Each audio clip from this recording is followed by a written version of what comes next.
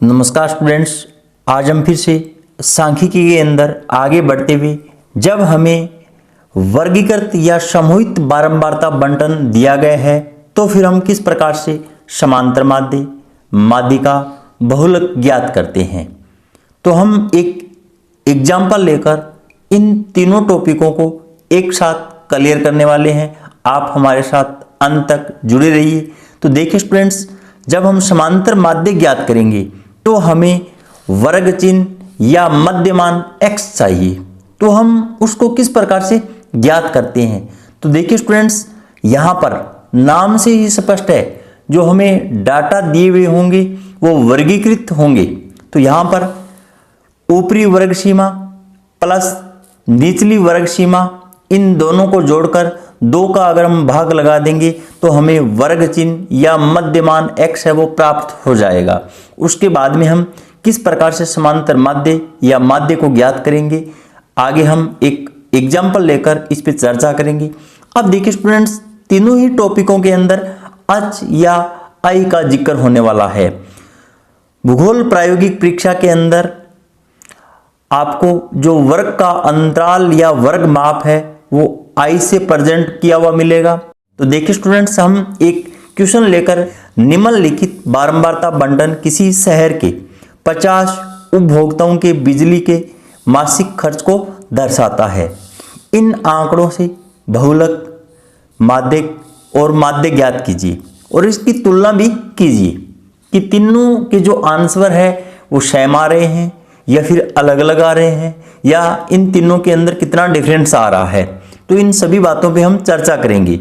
मासिक खर्च इकाइयों में हमें इस प्रकार से दिया गया है और उपभोक्ताओं की जो संख्या है वो इस प्रकार से है, या हम यूं बोल सकते हैं जो फ्रीक्वेंसी की मान, जो f के मान है वो इस प्रकार से दिए हुए हैं। तो देखिए स्टूडेंट्स, सर्वप्रथम जब हम बहुलक ज्ञात करते हैं तो कुछ हमें स्टेपों का नॉलेज होना चाहिए। तो स्टेप नंबर फर्स्ट क्या कहती है, देखिए स्टूडेंट्स, वर्गीकृत बारंबारता बंटन के जिस वर्ग की बारंबारता सबसे अधिक होती है उसे हम बहुलक वर्ग कहते हैं। तो सर्वप्रथम बहुलक ज्ञात करने के लिए हमें बहुलक वर्ग की आवश्यकता होती है। तो बहुलक वर्ग हम किस प्रकार से निकालेंगे, देखिए स्टूडेंट्स, यहां पर उपभोक्ताओं की जो संख्या है अर्थात हम इसको f बोल सकते हैं, इसके अंदर सबसे जो अधिक मान होता है वही हमारा बहुलक वर्ग होगा। क्या होगा, बहुलक वर्ग। यहां पर आप देख सकते हो 18 के सीध में जो ऊपर मान है और 30, इनके मध्य कोई ना कोई बहुलक हमें मिलेगा। तो 20 और 30 है, यही हमारा बहुलक वर्ग कहलाएगा इस क्वेश्चन के अंदर। तो देखिए स्टूडेंट्स, उसके बाद में स्टेप नंबर सेकंड के अंदर बहुलक का सूत्र हमें याद होना चाहिए। बहुलक बराबर होता है L plus F1 minus F0 बट्टे के अंदर 2F1 minus F0 minus F2 into H। यहाँ पर आपको विशेष रूप से ध्यान देना है स्टूडेंट्स, 2 का मल्टीप्लाई है वो ओनली फॉर F1 को है। अगर आपने यहाँ पर इस तरीके से तीनों के अगर ब्रैकेट लगाकर बाहर 2 लिख दिया है तो यहाँ पर बहुलक का अगर सूत्र गलत सर्वप्रथम हो जाता है तो उसके बाद में क्वेश्चन सही होने का कोई भी चांस नहीं बचता है। साथियों, विशेष रूप से आपको यहाँ पे ध्यान देना होगा, जो है वो ओनली फॉर F1 के साथ हमें लिखना है। इसको हम एक हिंट की सहायता से याद भी कर सकते हैं। वो किस प्रकार से, देखिए स्टूडेंट्स, यहाँ पर ऊपर आप 10 याद रख सकते हो, 10 बट्टे के अंदर 2 1 0 2। तो यहाँ पर देखिए स्टूडेंट्स 10 बट्टा 10 और उसके बाद में यहाँ पर जो 2 है वो पैर के अंदर है, अर्थात हम भाग के अंदर बोल सकते हैं, और 2 यहाँ पे क्या है, गुणा के अंदर है। तो 2 के अंदर 2 का भाग लगाएंगे तो 1 आता है, और 10 के अंदर हम 10 का भाग लगाएंगे तो भी 1 आता है। परिणामी रिजल्ट 1 आता है। अब देखिए स्टूडेंट्स, जहां L है वो क्या है, बहुलक वर्ग की निम्न सीमा है। F1 बहुलक वर्ग की क्या है, बारंबारता है, और F0 बहुलक वर्ग से ठीक पूर्व वर्ग की क्या है, बारंबारता है, और F2 है वो क्या है, देखिए स्टूडेंट्स, यहाँ पे बहुलक वर्ग की ठीक बाद के वर्ग की बारंबारता, और अच यहां पर क्या है, बहुलक वर्ग का अंतराल है। तो देखिए स्टूडेंट्स, मान लीजिए जो हमने ये उदाहरण लिया है उसके अंदर हमारा जो मुख्य बहुलक वर्ग है वो ये है। बहुलक वर्ग क्या है, 20 30 के मध्य होगा। और यहां पर देखिए स्टूडेंट्स, F1 F0 F2 इनका हम आवंटन किस प्रकार से करेंगे। जो मुख्य वर्ग अंतराल होता है उसकी जो बारंबारता होती है इसको हम F1 से प्रेजेंट करेंगे। किससे प्रेजेंट करेंगे, F1 से प्रेजेंट करेंगे। उसके बाद में देखिए स्टूडेंट्स, F0 यहां पर लिखा है और इसको हमने इस प्रकार से परिभाषित किया है, बहुलक वर्ग से ठीक पूर्व वर्ग की बारंबारता। पूर्व यहां पे कौन सा मान है, 13 है, तो यहां पे F0 का मान है वो 13 होगा। और बहुलक जो वर्ग है, मुख्य जो हमारा वर्ग अंतराल है, उसके आगे वाला जो मान है वो F2 होगा हमारा। क्या होगा, F2। तो यहां पर आप देख सकते हो कि 18 से, यहां पर आप देख सकते हो जब मैं F1 में से F0 को घटाता हूं, तो 18 में से मैं अगर 13 को घटाता हूं तो पॉजिटिव रिजल्ट आता है। यहां से यहां पर हमें याद नहीं रहे कि कौन से मान में से कौन सा मान घटेगा, तो अगर आप यहां पर घटा के देखना, 13 में से अगर मैं 18 को घटाता हूं तो यहां पर ऋणात्मक मान आता है। तो इस प्रकार से भी इस हिंट को आप याद रख सकते हो। F1 पहले लिखा जाएगा और F0 है वो बाद में लिखा जाएगा। और यहां पर भी आप देख सकते हो कि F1 और F0 और F2 का आवंटन हम किस प्रकार से करेंगे। अब देखिए स्टूडेंट्स, इस प्रकार से हमें सारणी को बनाना होगा। बनाने के बाद में जो वर्ग अंतराल है इसको हम एक डब्बे के अंदर बंद कर लेते हैं। और यहाँ पे ये हमारा F1 है, ये हमारा F0 है, ये हमारा F2 है।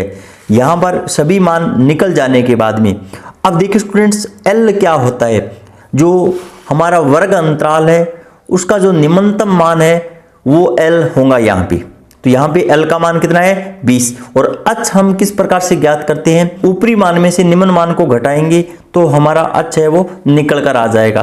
10 में से 0 घटाएंगे, 20 में से 10 को घटाएंगे, 30 में से 20 को घटाएंगे, तो सभी का अंतराल है वो सेम है। तो यहां पर अच का मान कितना है, 10 है। लोग बराबर L plus F1 minus F0 बट्टे के अंदर 2F1 minus F0 minus F2 into अच। यहां पर F1 F0 और F2 इन सभी के मान रख के इसको जब हम सरलीकरण करते हैं तो बहुलक का जो मान है वो 24.54 निकल कर आ जाएगा हमारे पास। अब उसके बाद में हम माध्यिका या माध्यक है वो किस प्रकार से ज्ञात करते हैं। माध्यक ज्ञात करने के लिए हमें संचयी बारंबारता CF का नॉलेज होना चाहिए। CF हम किस प्रकार से ज्ञात करते हैं, तो देखिए स्टूडेंट्स, सर्वप्रथम हमें जो मासिक खर्च दिया गया है इसको लिख लेते हैं। उसके बाद में जो हमें F का मान दिया गया है उसको लिख लेते हैं।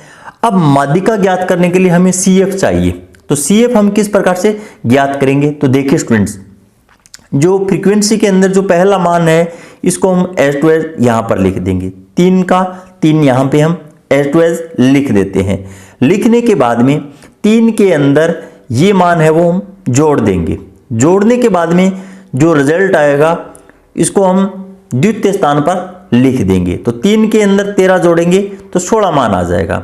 अब 16 के अंदर 18 को जोड़ देते हैं तो यहां पर 34 आ जाएगा। फिर 34 के अंदर 12 को जोड़ देंगे, 46 आ जाएगा। 46 के अंदर 4 को जोड़ देंगे, 50 आ जाएगा। और यहां पर हम चेक भी कर सकते हैं कि हमारी जो CF प्राप्त हुई है वो सही है या गलत है। जो बारंबारताओं का जो टोटल योग होता है वही मान हमें अंतिम CF का मिल जाए तो ऐसा समझिए हमारा संचयी बारंबारता है वो सही है, अन्यथा गलत होगा। तो यहां पर ये दोनों मान है वो इक्वल आने चाहिए। तो इस प्रकार हम चेक भी कर सकते हैं कि CF सही है या गलत है। उसके बाद में हमें जो अंतिम मान मिलता है, या फिर हम यूं बोल सकते हैं कि जो बारंबारताओं का योग है उसके अंदर 2 का भाग लगाकर जो रिजल्ट आता है, तो यहां पर रिजल्ट 50 के अंदर 2 का भाग लगाएंगे तो 25 से ठीक बड़ी संचयी बारंबारता के संगत वर्ग अंतराल होगा, उसको हम चिन्हित कर लेंगे। तो यहां पर देखिए स्टूडेंट्स, 25 से ठीक बड़ी संचयी बारंबारता तो यहाँ पर 25 से ठीक बड़ी बारंबारता है, वो यहाँ पे CF का मान है वो 34 है। 34 के संगत जो मान है, जो वर्गांतर है, वो 20 से 30 होगा। उसके बाद में देखिए स्टूडेंट्स, यहाँ पर जो माध्यिक वर्ग है वो 20 से 30 हो जाएगा। L यहाँ पर जो वर्ग अंतराल है, इसका निम्नतम मान क्या है 20, वो हमारा L होगा। तो L बराबर 20। CF का मान यहाँ पर विशेष रूप से आपको ध्यान देना है स्टूडेंट्स। तो CF का मान यहाँ पर लिखते समय आपको विशेष रूप से ध्यान देना होगा स्टूडेंट्स। जो हमारा वर्ग अंतराल है उसके सीध में जो मान है उससे ठीक ऊपर वाला हमारा CF होगा। यहाँ पर 34 हम मान न लेकर 16 लेने वाले हैं, यही हमारा CF होगा। तो यहाँ पर आप देख सकते हो CF का मान हमने 16 लिख लिया है। इसके लिए भी मैं एक आपको हिंट बताने वाला हूँ कि यहाँ पर अगर भूलवश हम 34 ले भी ले तो किस प्रकार से, तो हम जब फॉर्मूला अप्लाई करेंगे तो वहां से हम किस प्रकार से इस कंफ्यूजन को दूर कर सकते हैं, जब हम फॉर्मूले के अंदर मान रखेंगे तब मैं वहां पर बताने वाला हूं आपको। अब उसके बाद में देखिए स्टूडेंट्स, यहाँ पे f का जो मान है वो जो हमारा वर्ग अंतराल है उसके सीध में जो मान है वही लेना है हमें। यहाँ पर 20 और 30 के सीध में मान क्या है, फ्रीक्वेंसी का 18, तो ये हमारा f हो जाएगा। h का मान यहाँ पे हमने पहले ही निकाल लिया है, 10 है। माध्यिक m बराबर, ये फॉर्मूला हमें याद रखना होगा, m बराबर L प्लस n बट्टा 2 माइनस CF बट्टे के अंदर f और इंटू सभी के सभी जो मान अभी हमने निकाले हैं वो इस फॉर्मूले के अंदर हम पुटअप कर देते हैं। तो देखिए स्टूडेंट्स, L का मान 20 प्लस n बट्टा 2 25 हमने पूरे के अंदर निकाला है, माइनस 16 बट्टे के अंदर 18 और इंटू 10। अब देखिए स्टूडेंट्स, यहाँ पर अगर हम 25 में से अगर 34 को घटाते हैं, मान लीजिए यहाँ पर CF का मान हमने भूलवश 34 ले लिया है, कितना ले लिया है 34। तो देखिए स्टूडेंट्स, तो यहाँ पर देखिए स्टूडेंट्स, जब हम 25 में से 34 को घटाएंगे तो यहाँ पर परिणामी रिजल्ट ऊपर ऋणात्मक आ रहा है। ऋणात्मक आने का अर्थ ये हुआ 20 में से कुछ न कुछ मान घटेगा। तो यहाँ पर आपको पता है कि हमारा जो उत्तर निकल कर आएगा, जो आंसर निकल के आएगा या माध्यिक जो निकल के आएगा वो 20 और 30 के मध्य आना चाहिए।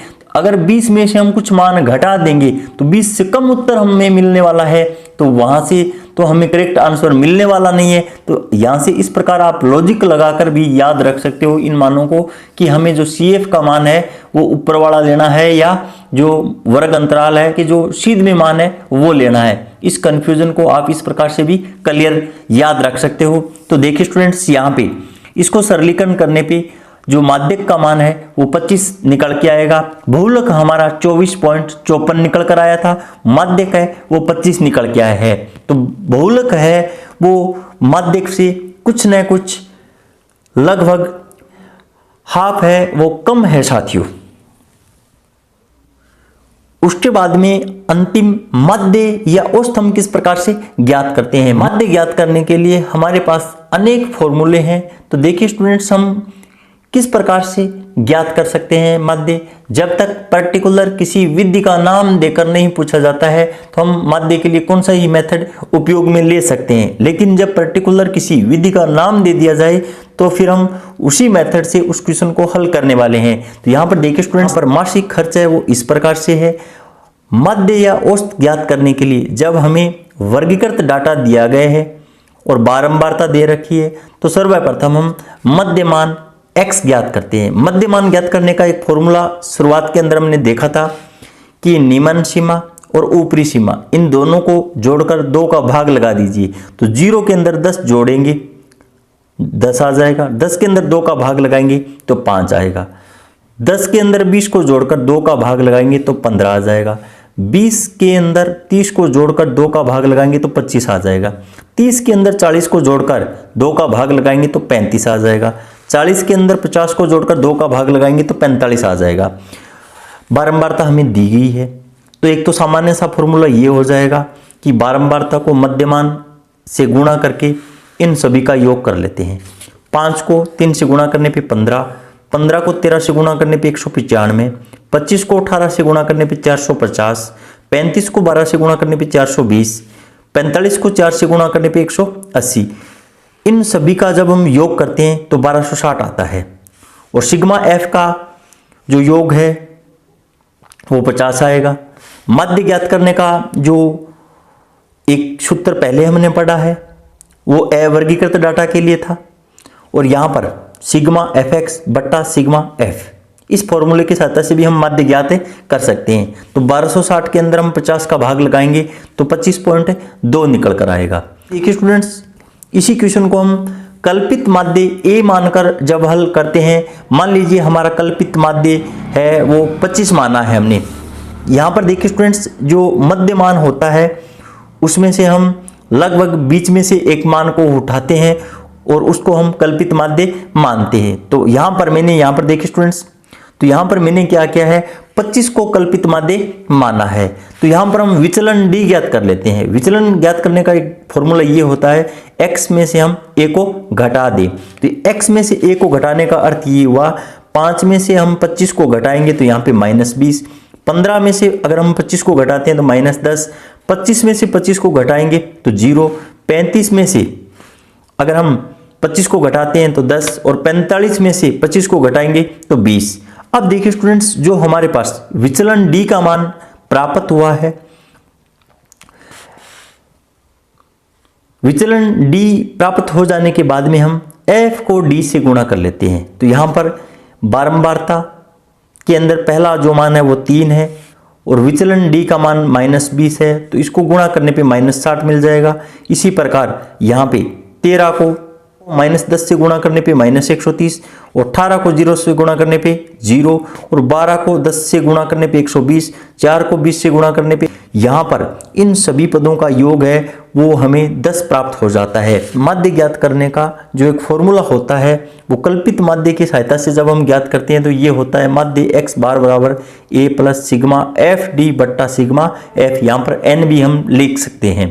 तो a का मान हमारे पास 25 है, प्लस के अंदर 10/50, तो यहाँ से जो माध्य का मान है वो 25.2 निकल कर आ जाता है। अब देखिए स्टूडेंट्स, हम तीनों आंसरों की अगर तुलना करते हैं तो यहाँ पर हमें किस प्रकार से मान मिलते हैं। देखिए स्टूडेंट्स, तो यहाँ पर आप देख सकते हो तीनों आंसरों की अगर हम तुलना करते हैं तो सबसे ज़्यादा जो मान प्राप्त हुआ है वो माध्य का प्राप्त हुआ है 25.2, उसके बाद में माध्यिका का मान प्राप्त हुआ है 25, और सबसे जो कम मान है वो बहुलक के अंदर हमें ज्ञात हुआ है। तो इस प्रकार से हमने तीनों जो आंसरों की है वो तुलना करके भी चेक कर लिया है।